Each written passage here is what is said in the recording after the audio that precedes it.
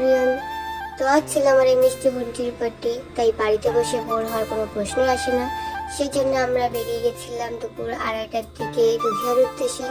তো যাওয়ার পথে রাস্তায় হালকা হালকা বৃষ্টি পড়ছিল, সেগুলো দেখেই আমরা গাড়িতে বসে একটু মজা দিচ্ছিলাম বৃষ্টির। যাই হোক, এই করতে করতেই আমরা ফাইনালি পৌঁছে গেছি দুধিয়াতে। তো যাওয়ার পথে এখানে আর বৃষ্টি হয়নি, বেশ ভালোই রোদ হাওয়া ছিল। দেন একটু হালকা মেঘলা মেঘলা হয়ে গেছিল মাঝখানে। যাই হোক, এগুলো দেখে আমরা একটু মজা টজা করে 4:30 নাগাদ আমরা একটু খেতে ঢুকেছি। তো আমার এই বোনটাকে সবসময় খাইয়ে দিতে লাগে।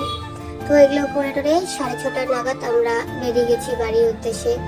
তো দেখো, আমার বোন এখানে একটু পাগল হয়েছিল, তো ওর সাথে সাথে আমিও পাগলের মতো নাচানাচি করছিলাম দুজনেই গাড়ির মধ্যে। তো এগুলো করতে করতেই আমরা ফাইনালি বাড়ির দিকে চলে যাচ্ছি। তো আজকের ভিডিওটা এতটুকুই। তো তোমরা